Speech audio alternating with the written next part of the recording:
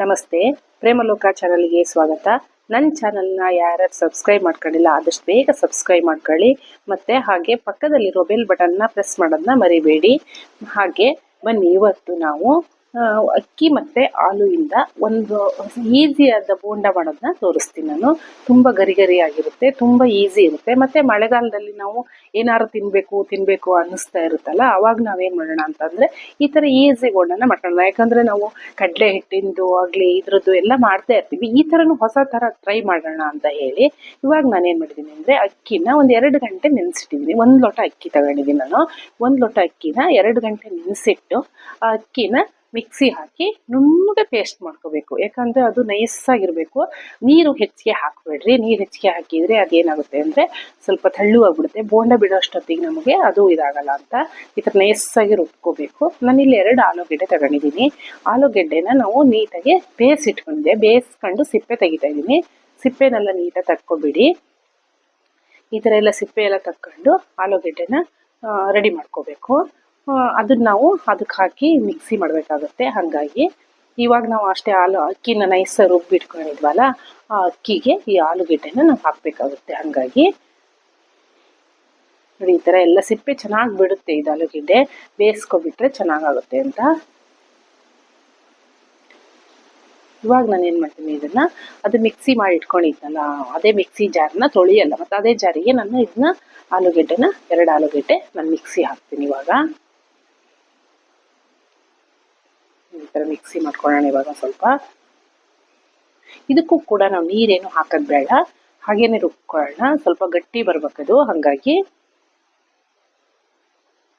ಈ ಥರ ಅದನ್ನು ಮಿಕ್ಸಿ ಮಾಡ್ಕೊಬಂದಿದ್ನ ಏನು ಅಕ್ಕಿ ಫಸ್ಟೇ ಪೇಸ್ಟ್ ಮಾಡಿ ಇಟ್ಕೊಂಡಿದ್ವಲ್ಲ ನಿಮಗೆ, ಅದಕ್ಕೆ ಹಾಕಿಬಿಡೋಣ ಇವಾಗ ನಾವು.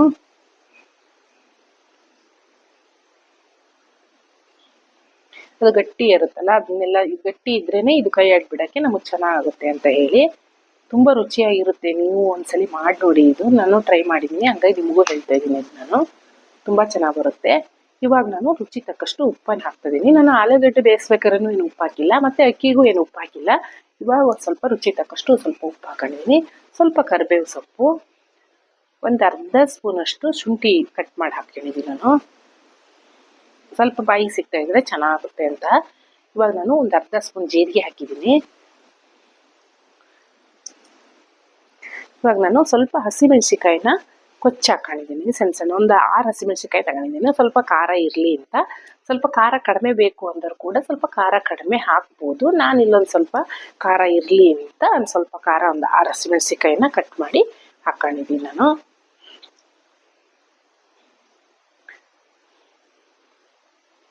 ಇದನ್ನೆಲ್ಲ ನೀಟಾಗಿ ನಾವು ಇವಾಗ ಮಿಕ್ಸ್ ಮಾಡಿಬಿಡೋಣ.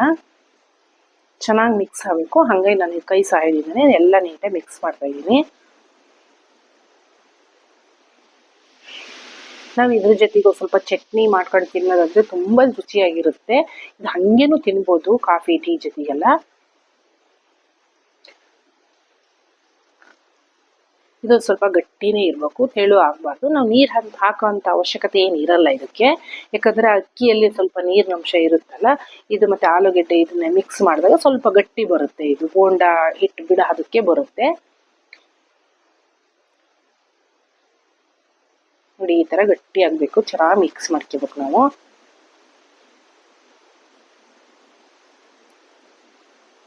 ನೋಡಿ, ಈ ಥರ ಬಿಟ್ಟರೆ ಹಾಗೆ ತುಂಡಾಗಬೇಕು ಅದು.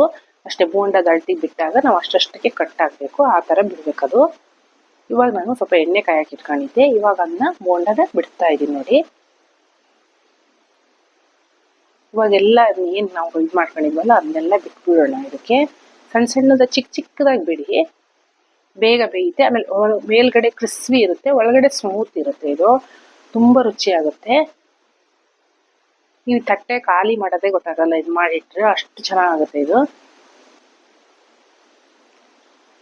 ಈ ಥರನೂ ಒಮ್ಮೆ ನೀವು ಮಾಡಿ ನೋಡಿ, ಚೆನ್ನಾಗಿರುತ್ತೆ.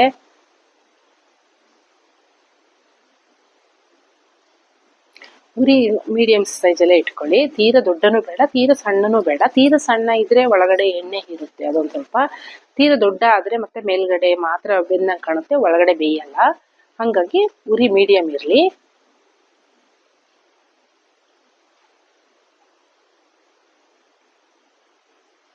ಇವಾಗ ನಾವು ನೀಟಾಗಿ ಮತ್ತೊಂದ್ಸಲಿ ಮಗ್ಚಿದ್ ಮಾಡ್ತಾ ಇದ್ದೀನಿ ನಾನು. ಚೆನ್ನಾಗಿ ಇದನ್ನ ಎರಡೂ ಕಡೆ ಬೇಯಿಸ್ಬೇಕು, ಯಾಕಂದ್ರೆ ಅದು ಕ್ರಿಸ್ಪಿಯಾಗಿ ಬರ್ಬೇಕಲ್ವಾ, ಅದು ನಿಧಾನಕ್ಕೆ ಬೇಯಿಸ್ಕೋಬೇಕು ಸಣ್ಣ ಉರಿಯಲ್ಲಿ.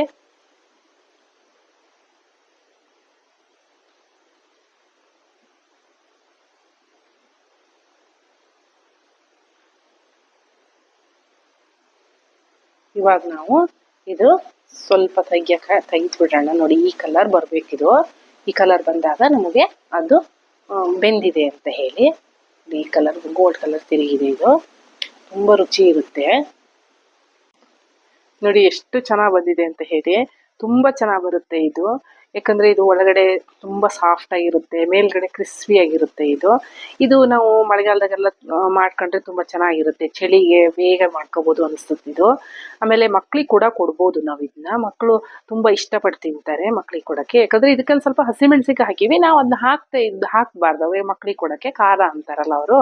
ಹಂಗಾಗಿ ನಾವು ಅವಾಗ ಸ್ವಲ್ಪ ಹಸಿಮೆಣಸಿನಕಾಯಿ ಅವಾಯ್ಡ್ ಮಾಡಿ ತೆಗೆದು ಬರೀ ಇಷ್ಟನ್ನೇ ಕೊಟ್ರೆ ಚೆನ್ನಾಗಿರುತ್ತೆ.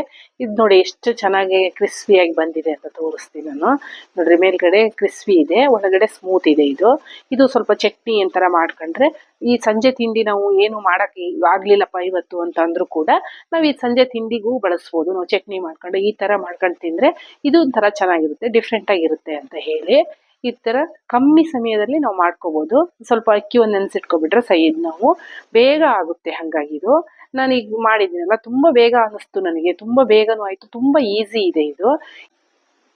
ನನ್ನ ವಿಡಿಯೋ ನಿಮ್ಗೆ ಏನಾರ ಇಷ್ಟವಾಗಿದ್ರೆ ಇಂತಹ ಇನ್ನಷ್ಟು ವಿಡಿಯೋಗಳಿಗಾಗಿ ನನ್ನ ಚಾನಲ್ನ ಸಬ್ಸ್ಕ್ರೈಬ್ ಮಾಡ್ಕೊಳ್ಳಿ, ಮತ್ತೆ ಪಕ್ಕದಲ್ಲೇ ಕಾಣೋ ಬೆಲ್ ಬಟನ್ನ ಪ್ರೆಸ್ ಮಾಡಿ, ಮತ್ತೆ ಶೇರ್ ಮಾಡಿ, ಮತ್ತೆ ಲೈಕ್ ಮಾಡಿ. ಮತ್ತೆ ಈ ತರ ನಾನು ಹೊಸ ರೆಸಿಪಿ ಹಾಕಕ್ಕೆ ಅನುಕೂಲ.